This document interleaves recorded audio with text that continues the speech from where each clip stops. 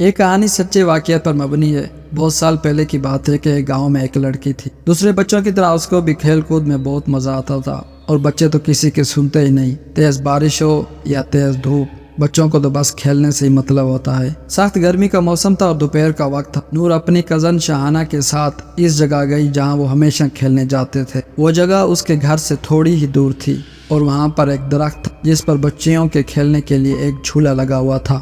ویسے تو اس درخت کے پاس ہمیشہ ہی لڑکیاں موجود ہوتی تھیں، پر آج جیسے ہی نور اور اس کی کزن وہاں گئیں تو وہاں پر کوئی نہیں۔ دونوں نے کہا کہ چلو اچھا ہے، آج ہم خود ہی مزہ کریں گی۔ نور جلدی سے جا کر جھولے پر بیٹھ گئی تو اس بات پر شاہانہ کو بہت غصہ آیا۔ شاہانہ نے نور سے کہا کہ پہلے مجھے بیٹھنے دو، پر نور نے اسے نہیں بیٹھنے دیا اور شاہانہ غصے میں وہاں سے چلی گئی۔ نور کو یہ احساس ہی نہیں ہوا کہ اب نور وہاں اکیلی ہے۔ اچانک نور کو محسوس ہوا کہ جیسے اسے کوئی جھولے دے رہا ہو، اور وہ آہستہ آہستہ اور تیز ہوا میں جا رہی تھی۔ اب وہ خود بھی ڈرنے لگی کہ اس کے ساتھ یہ کیا ہو رہا ہے۔ نور وہاں پر چلانے لگی، پر وہاں کوئی بھی نہیں تھا جو اس کی مدد کرتا۔ نور کو عجیب عجیب آوازیں سنائی دینے لگی اور وہ اچانک سے اس جھولے سے گر گئی اور بے ہوش ہو گئی۔ جب اس کی آنکھ کھلی تو اس نے دیکھا کہ وہ اپنے ہی گھر پر تھی، پر وہ کچھ بولنے اور کچھ کرنے کی حالت میں نہیں تھی۔ وہ سب کو بتانا چاہ رہی تھی کہ اس کے ساتھ کیا ہوا، پر وہ کچھ نہیں بول پا رہی تھی۔ دن بدن اس کی حالت خراب سے خراب تر ہوتی جا رہی تھی۔